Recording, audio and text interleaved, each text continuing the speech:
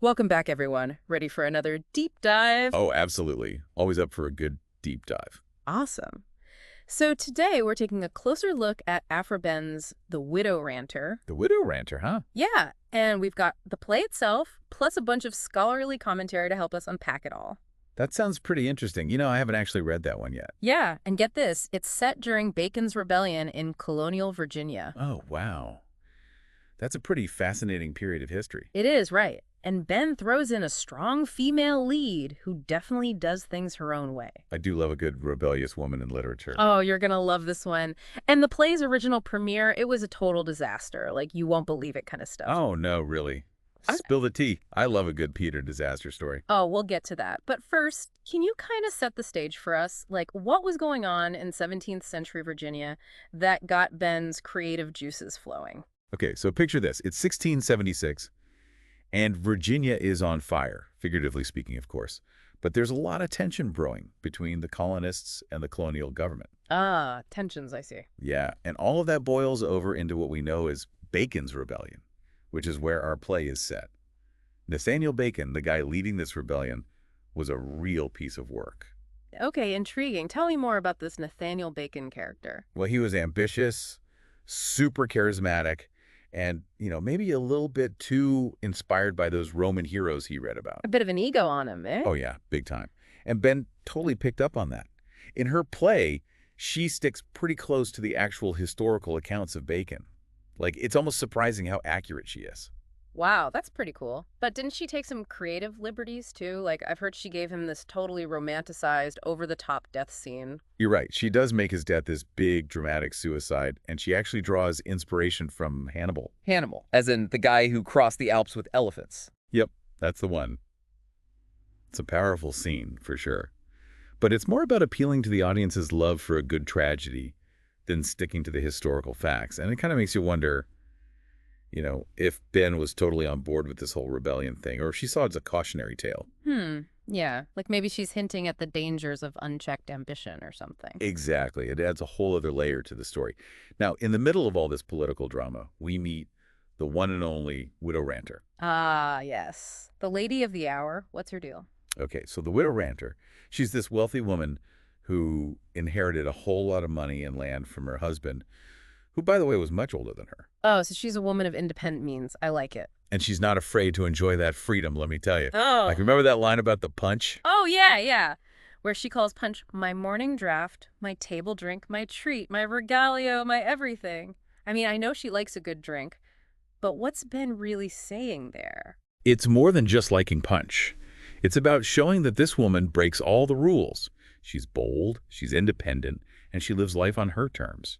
So she's not your typical 17th century widow, then? Not even close. And her connection to the whole rebellion is super interesting. She's head over heels for Lieutenant General Daring, who's like Bacon's right-hand man. Ooh, a love story in the middle of all this chaos. It's a pretty passionate one, too. And that makes her, the Widow Ranter, a central figure in all this. We see how the rebellion impacts her personally, and how it affects her relationships. But the play doesn't just zoom in on the big players, right? We also get glimpses of everyday life in colonial Virginia for all sorts of folks. It's like Ben is giving us a whole tapestry of life back then. What kinds of characters does she bring in? Well, you've got your newly arrived English gentlemen, all eager to make their fortunes, and then you have the corrupt officials, the council members who are always scheming and plotting, and even some indigenous characters who offer a completely different perspective on everything. Wow. Sounds like a pretty diverse cast of characters. I bet their interactions must reveal a lot about the power dynamics of the time. Oh, absolutely. You can practically feel the tension between these different groups.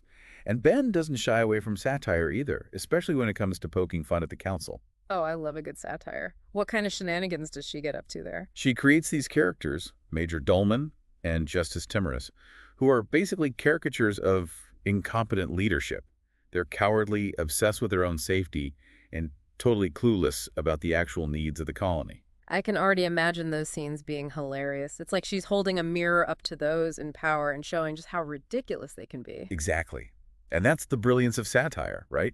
She's using humor to make some pretty serious points about who's in charge and how they're using or abusing that power. Which makes me think about the play's premiere. Like we said, it was a flop. Do you think the audience back then picked up on all that satire, or did it go over their heads? That's the million-dollar question, isn't it? It's hard to know for sure. But remember, the premiere's failure wasn't entirely because of the play itself. It was a total production mess. Oh, yeah, right? Wasn't the acting just terrible? And they made some weird cuts to the script? It was a train wreck. Oh, They even cast Samuel Sanford, this actor who was known for playing villains, as the charming Daring. Talk about miscasting. wow. Talk about recipe for disaster. Yeah. But there has to be something about the widow ranter that makes it worth studying all these centuries later, right? Why does it still matter today? It's not just a relic from the past, you know. The themes Behn explores rebellion, social injustice, the whole struggle for power, and the impact of colonialism. Those are all things we're still dealing with in different ways today. So it's like she's tapping into some universal human experiences, even if the setting is centuries old. Exactly. And her sharp wit, the way she creates these characters that just jump off the page, that's timeless. Okay, so we've got a play based on a real rebellion, a strong female character who throws the rulebook out the window, and a premiere so bad it's almost legendary. I'm hooked. Let's zoom in a little closer on the widow ranter herself. What makes her so fascinating? What's really cool is that she's way more than just a love interest or a rebel. Behn uses her to explore what it meant to be a woman in a super patriarchal society. Okay, I'm intrigued. How does she do that? What should we be paying attention to in the widow ranter's character? Well, for starters, think about her wealth and independence. That gave her a level of freedom most women back then couldn't even dream of. But she's not content just, sitting back and enjoying it all. She wants to be in the thick of things, even if it means taking risks. Right, right. She's not afraid to get her hands dirty. Literally and figuratively, it seems. That's exactly it. And that's where her relationship with Daring comes in. It's not just a fling. It's her way of taking control, of challenging what society expected of her as a woman. One thing I find really interesting is her disguise as a man. It's hilarious, sure, but I feel like Ben is doing something more with it. What do you think? You're totally on point. The disguise, yeah, it's funny, but it also lets Ben explore these ideas about gender roles and how they were created. So by dressing like a man, the widow ranter can do things and go places that would normally be totally off limits to her. Exactly. And by doing that, she shows how absurd those limitations are. Yeah. She's basically questioning the whole idea of what it means to be a woman in that society. It's like she's saying, look, I can do anything a man can do, maybe even better. Yes. And that's why she's such a powerful character. She refuses to be put in a box. But the play doesn't just focus on the English settlers, right? There's also how Ben portrays the indigenous people and the clash between those two worlds. Right, right. It adds another layer of complexity to the whole story. How does she handle that aspect? That's what makes this play so fascinating. The rebellion isn't just about politics. It's about different cultures colliding.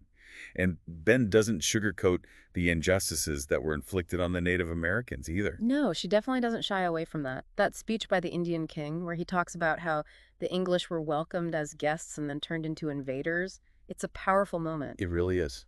It's like Ben is using his voice to critique her own society and expose the hypocrisy of the English settlers. Yeah, it makes you think about the whole legacy of colonialism and its impact. It's not just a historical event, it's something that still resonates today. Absolutely. And then there's the fictional romance between Bacon and the Indian queen, Smyrna, that Ben weaves into the historical narrative. Oh, yeah, that's an interesting twist. What's going on there? It's brilliant, actually. By creating this interracial love story, she can explore the complexities of cultural exchange, both the good and the bad. It definitely adds another layer of depth to the story, but it also makes you think about power dynamics, especially with colonialism as the backdrop. For sure. It's a reminder that even in love, power and prejudice can play a big role. Okay, we've talked about the serious stuff, but The Widow Ranter is also a comedy, especially those scenes with the council. Those are pure gold. Oh, yeah, those scenes are hilarious. I love how she portrays those council members, particularly Dolman and Timorous. They're so incompetent and bumbling, always trying to avoid any real responsibility. It's classic. It's funny, but it also makes a deeper point, right? She's using humor to critique the ruling class, show how absurd they are. Exactly, and that's what makes Ben such a skilled playwright. She can make you laugh and think at the same time. And even though that premiere was a total disaster, like we talked about, the fact that The Widow Ranter is still being studied and performed today says a lot about its staying power. It really does. It shows just how talented Ben was and how her work can still speak to us centuries later. Now, you mentioned earlier that this play is considered a classic example of Restoration comedy. Can you break that down a bit for those of us who aren't theater historians? Sure thing. So, Restoration comedy. It's this specific type of English comedy that popped up after they restored the monarchy in 1660. And it's known for its wit, its satire, and, sometimes it gets a little racy. Ooh, a little spicy. So, The Widow Ranter fits in because it's got all those comedic elements, but it also has that sharp social commentary. You got it. The play pokes fun at everything from social norms and political figures to even marriage itself. It's amazing how Behn can blend all that with the historical drama of Bacon's Rebellion. She makes it look effortless. It really shows her skill as a writer. She could write witty dialogue, create memorable characters, and tackle serious social and political issues all at the same time. And it's not just relevant because of the history, right? Mm. You mentioned earlier that the themes resonate with us even today. Oh, absolutely. The Widow Ranter raises all these questions about power, social injustice, and the clash of cultures, things that are just as relevant in the 21st century as they were back then. It's like Behn was ahead of her time in a way. Totally. Her work shows how these issues are always present and how they continue to shape our world. Now let's talk about the ending of the play. Bacon's death, it's such a powerful moment, tragic, but also a bit unsettling. What do you think Behn is trying to say with his suicide? It's like a complicated ending. On the one hand, she gives him this grand, almost heroic exit, like a nod to Hannibal. But then it also makes you question his motives, the price of ambition. Right, like, was he really fighting for something good, or was it all about power in the end? And choosing suicide over being captured. It makes you wonder if he truly believed in his cause or if he just couldn't handle the consequences. Behn leaves it open to interpretation. So not your typical good guy wins scenario. I kind of like that, actually. It makes you think harder about the play. Definitely. Behn doesn't give you easy answers. She wants the audience to grapple with the characters and what happens in the play. And it's not just Bacon's death, right? Yeah. Widow Ranter and Daring finally get together. What are your thoughts on that? The reunion is interesting, because it shows how personal relationships can survive even in the middle of all this craziness. It's like a little spark of hope in the midst of all the chaos and bloodshed. And it also highlights the Widow Ranter's resilience. She's been through a lot, but she comes out of the rebellion with a new sense of purpose. A new love. It really makes you wonder how the audience back in 1690 would have reacted to all of this. Would they have been caught up in the rebellious spirit? Would they have seen the satire? Who knows? Especially with that disastrous premiere, it's tough to say. But that's part of what makes exploring historical plays so fun. You get to imagine yourself back then and think about how you might have felt. Yeah, it's like time travel for your brain. You get to step into another world and see things through the eyes of the people who lived it. And even though the play is centuries old, the themes explores rebellion, injustice, love, loss. Those are all parts of the human experience that we still connect with today. It's been a wild ride, unpacking all the layers of the Widow Ranter. From the historical backdrop of Bacon's rebellion to the fierce and independent Widow Ranter herself, Behn has given us a lot to ponder. It's a play that really offers something for everyone. History, romance, satire, social commentary, all in one. And who knows, maybe after this deep dive, some of you listening will be inspired to check out the play yourselves and form your own opinions about this fascinating piece of theater history. Thanks for diving deep with us. We'll catch you on the next one. Well, think about this. She's wealthy and independent. Most women back then could only dream of that kind of freedom. Right. But she doesn't just sit back and enjoy it. She wants to be in the thick of things, taking risks. Yeah, she's not afraid to get involved and even get her hands dirty a little bit. Exactly. And that's where her relationship with Daring comes in. It's not just some romance. It's her way of challenging what society expects of her. You know that part where she disguises herself as a man? That's hilarious. Oh, yeah. But it feels like there's something more going on there. You know what I mean? You're totally right. There's this guy, it's funny, for sure, but it also lets Ben play with these ideas about gender roles, how they're constructed, and all that. So by dressing as a man, the Widow Ranter can access spaces and opportunities that would normally be completely closed off to her as a woman. Exactly. And in doing so, she exposes the absurdity of those limitations. It's like she's saying, hey, why should these rules even exist? It's almost like she's saying, look, I can do anything a man can do, maybe even better. Yes, and that's what makes her such a powerful character. She refuses to be confined by the expectations of her time, but it's not just about the English settlers, right? Right. We also have the indigenous people in the play. How does Behn portray that clash of cultures? That's another layer that makes this play so fascinating. The rebellion, it's not just a political conflict, it's a clash of civilizations. And Behn doesn't shy away from showing the injustices inflicted on the Native Americans, does she? No, not at all. And remember that speech by the Indian king where he talks about how the English were welcomed as guests, but then they turned into invaders? Yeah, that speech is powerful. It really is. It's like Ben is giving him a voice to critique her own society and expose the hypocrisy of it all. And it forces the audience to confront the realities of colonialism not just as a historical event, but as a moral issue. Exactly. It's a reminder that those injustices had real consequences then and now, and then there's the romance between Bacon and the Indian queen Smyrna. Oh yeah, that's interesting. She made that part up, right? Right. It's completely fictional, but by adding this interracial love story, she's able to explore the complexities of cultural exchange, the good and the bad. It adds this emotional depth to the story, but it also makes you think about the power dynamics involved, especially with colonialism in the background. Absolutely. It's a reminder that power and prejudice can affect even something like love. Okay, we've talked about the serious themes, but let's not forget the humor. Oh yes, especially those scenes with the council. They're hilarious. The way Ben portrays them, especially Major Dolman and Justice Timorous, it's brilliant. They're so incompetent. Always trying to avoid responsibility. It's classic. But their incompetence also serves a purpose.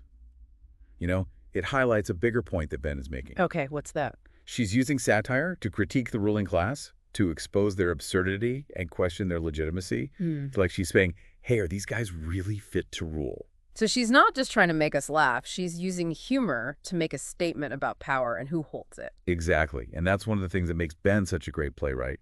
She can make you laugh and think at the same time. And even though the play's premiere was a disaster, as we talked about the fact that the widow Ranter is still being studied and performed centuries later, that says something. It really does. It speaks to its enduring power and the talent of Aphra Behn. For sure, she was a remarkable woman, and her work continues to resonate with audiences today. Now, you mentioned earlier that The Widow Ranter is considered a classic example of Restoration comedy. Can you explain what that means for those who might not be familiar with the term? Oh, sure. So Restoration comedy refers to a specific style of English comedy that emerged after the restoration of the monarchy in 1660. It's known for its wit, satire, and often bawdy humor. So The Widow Ranter fits into that genre because of its comedic elements and its focus on social commentary. Exactly. The play uses humor to poke fun at social norms, political figures, even the institution of marriage. It doesn't hold back. It's amazing how Behn managed to blend those elements so seamlessly with the historical drama of Bacon's Rebellion. It's quite a feat. It really is a testament to her skill as a writer. You could write sharp, witty dialogue, create memorable characters, and tackle complex social and political issues all at the same time. And the play's relevance goes beyond its historical context, right? You mentioned earlier that the themes resonate with us even today. Can you elaborate on that a bit? Of course, The Widow Ranter raises questions about power, social injustice, and the clash of cultures. These are themes that we continue to grapple with in the 21st century. It's like she was ahead of her time in some ways. Absolutely. Her work speaks to the enduring nature of these issues and how they continue to shape our world. Now let's shift gears a bit and talk about the ending of the play. Yeah, it's a really powerful moment, but it also raises a lot of questions about Bacon. Like, was he really a hero, or was he just driven by ambition? Yeah, and that whole suicide thing, it's like, was he making a statement, or is he just trying to escape the consequences? Exactly. Ben doesn't give us any easy answers. She wants us to think about it. It definitely makes the ending more thought-provoking. And it's not just about Bacon, right? The widow Ranter and Daring finally end up together. Yeah, their reconciliation is interesting because it shows that love and relationships can endure even in the midst of all that chaos. It's a nice touch, a little glimmer of hope amidst all the darkness. And it also highlights the widow Ranter's strength. She's been through so much, but she comes out of it all with this newfound sense of purpose and love. It really makes you wonder how the audience back then would have reacted to this play, with the rebellion and the romance and the satire. It's hard to say for sure, but I think that's part of the fun of exploring historical plays. You get to imagine yourself back in that time and place. It's like stepping into a time machine and experiencing it all firsthand. And even though it was written centuries ago, the themes that Ben explores, they're still relevant today. Rebellion, social injustice, love loss. These are all universal human experiences. Absolutely. It's been a fascinating journey diving into The Widow Ranter with you. I agree. It's a truly remarkable play. From From the historical context of Bacon's rebellion to the complex and captivating widow Ranter herself, Aphra Behn has given us a lot to think about. She really has, and I hope our listeners are inspired to check it out for themselves. If you're interested in history, satire, romance, or just a really good story, then The Widow Ranter is definitely worth a read. And that's it for this deep dive. Thanks for joining us. Thanks, everyone. We'll catch you next time.